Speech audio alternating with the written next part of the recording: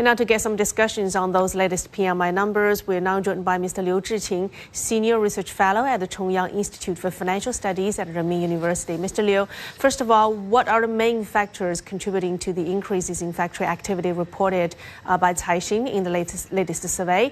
And how does this indicate the overall economic recovery in China? I think I believe it reflects the overall indication that the development in the last several months in China will be very positive and optimistic.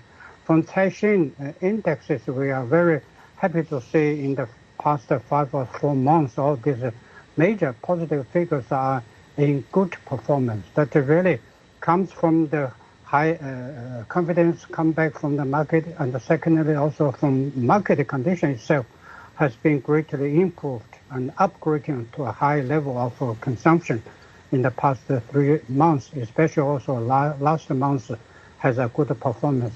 And the third is we see the government organs and organizations and departments have done their best to stimulate, to promote all kinds of business activities in order to get a better result and performance. So all these 3 factors from policy, market, and entrepreneur that contributed the good performance and the good figure from Caixin index. And also, how did improvements in supply and demand dynamics within the manufacturing sector affect those key sub-indices like production and new orders in November? Yeah, that's a good question. But we have the similar scenario, I think, every year by the end of each year, that because of some special seasonal reasons, of course. I think the major 2 reasons are very important to be considered. First, now all the imports from outside, especially from America and the European countries, they are afraid of the tariff policies imposed by the new elected U.S. government. So all these retailers and the importers and the buyers, they want to buy as more as possible that to put in the stocks. So when the new tariffs comes into force, enforcement, then they have less negative influence on the price of the market. And secondly, is also from the Chinese domestic market also has the similar situation. All these consumers have tried to have more purchase of these necessities in the last 2 months for celebrating different seasonal holidays and also some big events. So in this way that they are in a high spirit or high enthusiasm for consumption.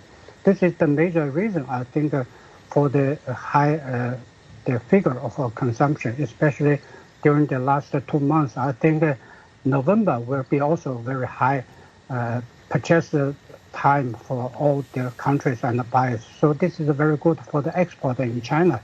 So we can produce and prepare all the products of what they need from the external community. And also another thing that we noticed is the rebounding external market demand, particularly in new export orders. So what are the implications for China's manufacturing sector and also its economic outlook as we move into a new year? Actually, the Chinese exporters have already done all the preparations to upgrade the quality of the products. And the second, they have more dynamic design and a new fashionable design for new products. And the third is very important that China has produced and promoted new idea of consumption, especially for high-tech consumption and AI or also smart technology combined together with the traditional models. So all this could become the major stream of the market in the future. By the end of this year, I think this is a big height of consumption in different ways, in domestic and also in external. So that's why the foreign companies are trying to have more import from China, and China also try to have more products prepared for domestic market. For those 2 reasons, I think the Chinese entrepreneurs are trying their best also to upgrade their quality and the production line in order to meet the demands from domestic and also from external market. But actually, the main reason is that the good quality and the good design and the good price are still the major driving force to promote the Chinese commodity all over the world as before. Great insights. Thank you so much, Mr. Liu Zhiqin from Chongyang Institute for Financial Studies for us.